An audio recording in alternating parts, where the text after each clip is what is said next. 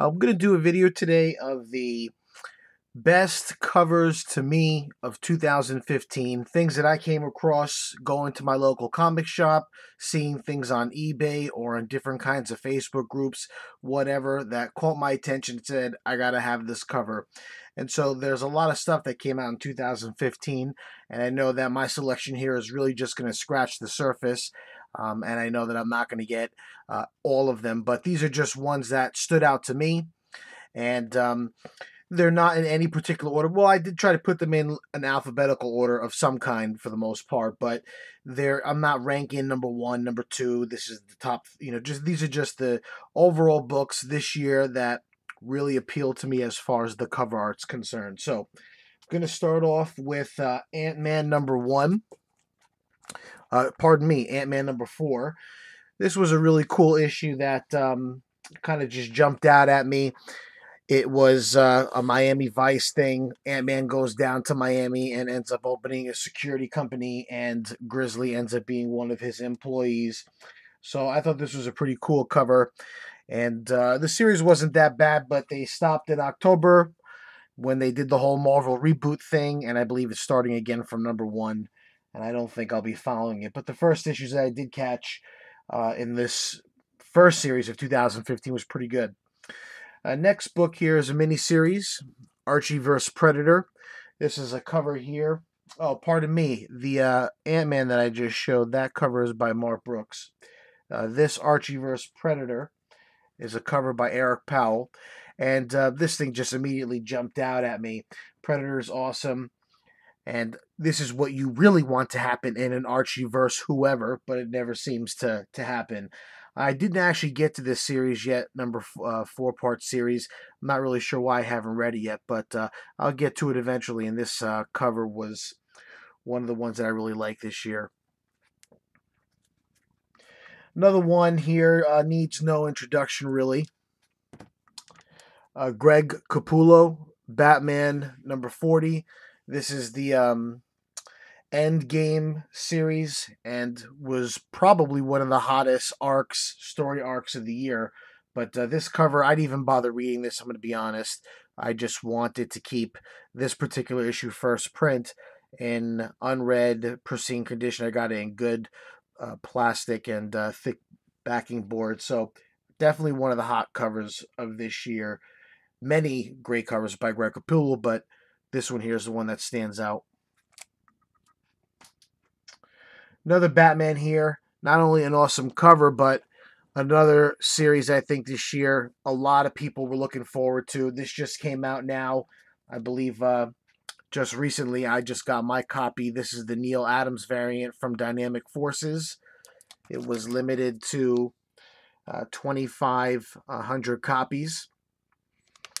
I got 2 of these. One I'm going to submit to CGC for grading. But this is, everyone loves the Teenage Mutant Ninja Turtles. They have a hot series with IDW. Batman is Batman. Everyone loves Batman. So focus isn't kicking in there for some reason. Sorry about that. But this is a great cover. I believe issue 2 comes out as well. There we go, finally. Sorry about that. And another Batman is the long-awaited Dark Knight 3 series, The Master Race. This here is a variant cover by Jock. This is the UK variant edition. Truthfully speaking, I'm not familiar with this artist, but when I saw this cover, I had to have it. And I found that the 1 or 2 sellers that were selling it overseas in the UK actually were selling it for cheaper than the 1 guy or 2 guys that I saw in the States that were selling it. So I got 2 copies of this. Fantastic close-up of Batman's face. It's just, I don't know. This really speaks loudly to me. One that came out earlier in the summer, Guardians Team Up. This is a cover by Art Brooks. I always like these covers. These are always fun covers when you would get a whole bunch of Marvel characters on one cover. Guardian of the Galaxy meeting the Avengers. Like some of these guys, I don't even think were necessarily in this issue. I don't recall seeing Man-Thing in there in the actual issue, but there he is on the cover. So the first few series were written by Bendis, and they had the Avengers Guardian story going. And then after that, as the issues went on, they kind of were just written by different artists, different writers and different stories. I don't think that I don't recall there being any continuity. I think I read about the 7 or 8.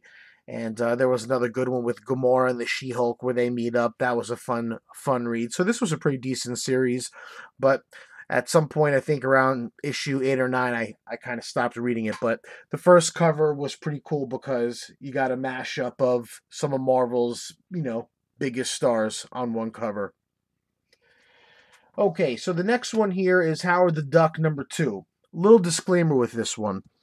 The actual issue that I want to say is probably one of the hottest covers I've seen all year was the one that was in color, red background, and Rocket Raccoon and Howard the Duck are in color. Those copies were going for a lot on eBay, so I never ended up getting one, but I got this one for cover price. And I think it was like this Run the Jewels thing that they were doing across different covers throughout all of Marvel. And this one in the red version, which I don't own, was an absolutely hot cover. So if you've seen it, you know what I'm talking about. I'm just showing this because it's the only version that I have, but really cool cover. Two great characters in the same book. And I want to just also add that the first few issues of this with writer Chip Zdarsky were absolutely great, but then again, you got to October when Marvel was doing that whole reboot thing, and they got to issue 5, and it stopped, and now they're starting from 1 again, and I don't know, that just really annoyed me. I don't know what you guys feel about that. Okay, next one is I Hate Fairyland, and I also have a slab copy of the R-rated version, so pardon the curse word there. But this is Scotty Young's first creator-owned series with Image. He's the variant cover king, has done so many different covers for Marvel, but a lot of those things were never really his properties, and this is. And this girl is absolutely crazy.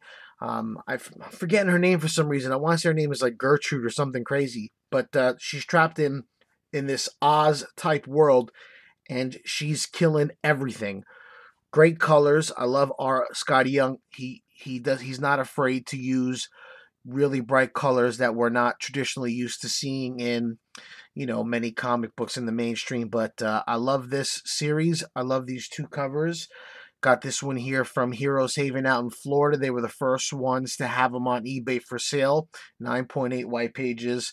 And I look forward to continuing reading this series. Fantastic artwork. I highly recommend this. Next here, I bought solely because of the cover. We Are Robin. This is a cover by Lee Bermejo. I believe that's how it's pronounced. Pardon if I'm saying it wrong. He is also doing the story for this. I saw it in the local comic shop. I bought 2 copies just because I thought the artwork was stunning. I read the story. It has potential. It wasn't my cup of tea per se, but I kind of like the new spin, more modern. Kind of like if you guys remember the Warriors from the 70s, something kind of like that. You could think of these band of kids together who are kind of like vigilante in nature. And anyway, the cover was really awesome, and the reason why I bought it. Okay, next here we have a Shield #10. This has a cover by Julian Totino Tedesco. I haven't been following this series, but I like Howard the Duck, and I have been reading a lot of Howard the Duck this year. So when I saw this on the racks, I bought it right away. I absolutely love the cover, and it has like an old school detective kind of a feel to it. Story was pretty good too. I did end up buying another Shield this year, which had some never seen before artwork by Jack Kirby. I want to say it was either the issue before this or the issue after, but that was pretty cool, and also had the Nick Fury origin story in the back, so that was nice. But this year I got because of the cover, because I like Howard the Duck, and it turned out to be a fun read as well. Okay, next we're going to get into some Star Wars stuff, some of which I have CGC slabs of. And Star Wars this year did a phenomenal amount of beautiful comic books, so many great covers by John Cassidy and a slew of other variants by other artists. But the first one that caught my eye was the Star Wars #1 Alex Ross variant. Now, I do have this signed by Stan Lee, and there's a somewhat of a reason why I did that. I know a lot of people say, "Oh, well, what'd you get Stan Lee to sign that for? He had nothing to do with the book." This is true. You can't really see the label. Push it back a little bit. So my very first CGC slab that I ever purchased a few years ago was a Star Wars #1 from 1977. 9.6 off white to white pages. I got a really good deal on this, and I've always been a Stan Lee fan, and at the time kind of just getting introduced to the idea of graded books and knowing how the prestigious signature series how that works with CGC.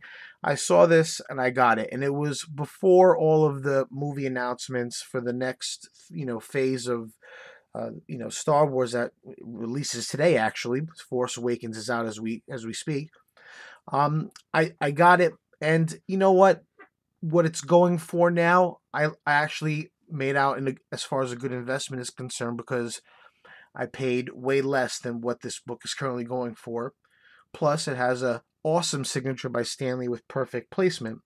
So when the Alex Ross variant came out, which was essentially a homage to the original, I thought about getting one of the copies signed by Stan Lee. And my hope was that he would sign here, but I didn't box the window myself, and he ended up signing here, which isn't too bad, but it's essentially the same cover. Both of them are signed by Stan Lee.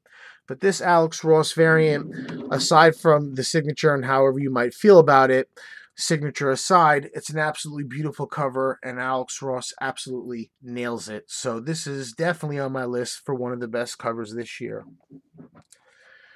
Okay, going on now, some more Star Wars, because there was so many good ones this year. Star Wars #5.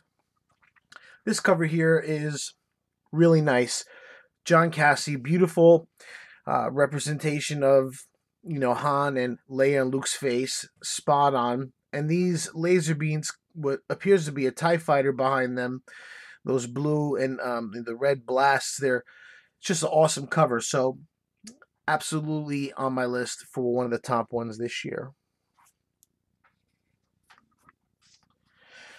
Next is another Star Wars Darth Vader, but this one here is a Mexico edition, #1, and it looks like it says here also Panini Comics, but it says Mexico, 39 pesos. Boba Fett. I don't know who this artist is, to be honest with you, but whoever he is, someone shake that man's hand, because this is a fantastic cover. So much so that I bought it from Mexico. So I didn't even pay that much. I think the book itself was $20 and then shipping, but it was not all that expensive. So definitely one of the books that really jumped out at me this year. Viva la Mexico. Next is a book I've shown before, but definitely on my list as one of the top beautiful covers this year. This is a Star Wars, The Force Awakens #1, Shattered Empire, a cover by Marco Cicchetto. And fitting that I'm showing this book on the day that the movie is released to the mass public. So this cover here, just jumped out at me. I bought 2 copies, submitted one at the New York Comic Con in October, got it back less than 30 days later, 9.8 white pages. One of the most beautiful covers, I think, for Star Wars this year. And last but not least, another book that I've shown before, but still one of my favorites, is this Topps variant of Star Wars Lando in his own miniseries. Writer Charles Soule, and the artist rather, was Alex Maleev, who I believe also did some Daredevil earlier this year before the Marvel reboot. It says Topps variant here, but it doesn't really state who the actual cover artist is. I have a reader's copy of this as well, and I'm gonna have to try to figure out who it is. But I absolutely love this cover because it's, kind of fashioned off the Star Wars Topps trading cards, and Lando just he looks like the pimp he is. So if I could ever get Billy D. Williams at a con to sign this with CGC to witness, I'm absolutely gonna do it. To get Billy D to sign this would be awesome because the artwork here, it nails him. So this is my top picks for 2015. Again, I know that there are many other books out there that I probably have seen, maybe some I haven't seen, that are also probably fantastic, books for the year. So please please subscribe, feel free to comment and let me know what you think. And I've been watching a lot of your videos and some awesome YouTube channels out there, and I'm going to continue to do so. Hope that you guys also have a great holiday, and thanks for tuning in.